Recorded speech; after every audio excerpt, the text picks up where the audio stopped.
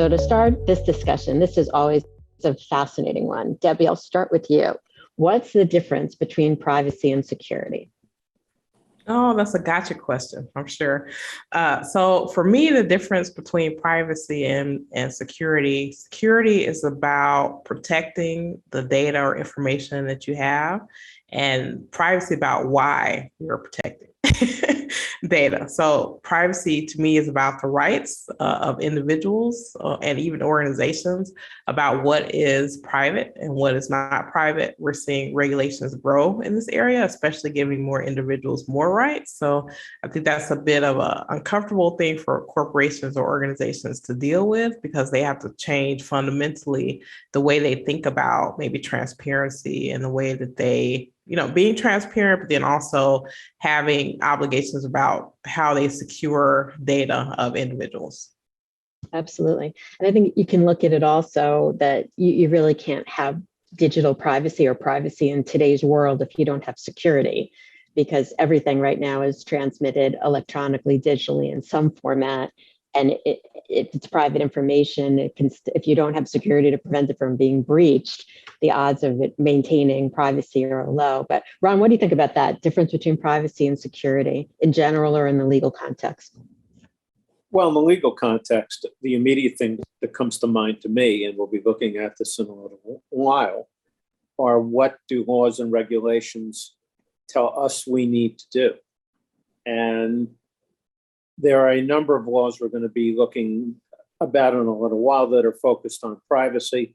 But Debbie, that goes back to a comment you made about how do we define the laws and what privacy rights are we concerned about? And then security. I suppose security, Gail, I don't see that much in legislation really that talks about that.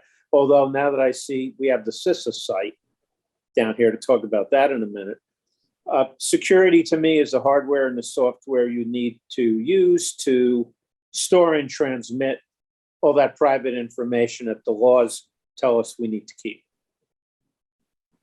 Yeah, so that's one, what we have up here is one good tool. Yeah, I think, Debbie, there might be, while we don't have a federal privacy law here, or security law really federally in this country, Europe is different, right? The rest of the world is different on its approach to that. Do you want to speak to that for a minute? Sure. What we're seeing, in my view, is kind of three camps or three buckets in terms of how governments and jurisdictions think about privacy. One is the fundamental rights approach. So we're seeing that definitely in Europe, and Europe is definitely leading in privacy. They have the General Data Protection Regulation that went into full effect in May of 2018. It's been very influential going forward. We're seeing a lot of laws, including laws in the US, borrow liberally from that. But in the US and companies and countries like the US, we have more of a consumer rights approach with the FTC. So the human and consumer rights are two different approaches. So one is,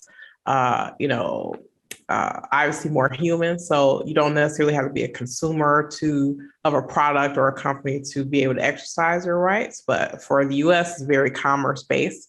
And probably the third one is more kind of governmental privacy or the government's rights. We see that like in China, for example, or, different countries like that. But I think in the most times when people are talking about privacy, they're talking about either this consumer approach or the human approach. And Ron, we also have sectoral privacy at the federal level we should mention. So HIPAA, COPPA, things like that. Traditionally at the federal level, Congress or regulatory agencies have looked at specific populations, I suppose is the best way to describe it, HIPAA being the perfect example. We have the possibility of federal privacy legislation now. We'll talk about that. We have something that's working its way through the House and Senate. But just to pick up on something Debbie mentioned, we need to be careful when we're thinking about these different privacy regimes. We in the United States have the Constitution, the Fourth Amendment, the 14th Amendment, for example, that limit government access to certain things or require showings for certain things. And as we're looking at data in on other countries, under other countries' laws, we may need to think about what rights of access those sovereigns have to the information that might otherwise be private.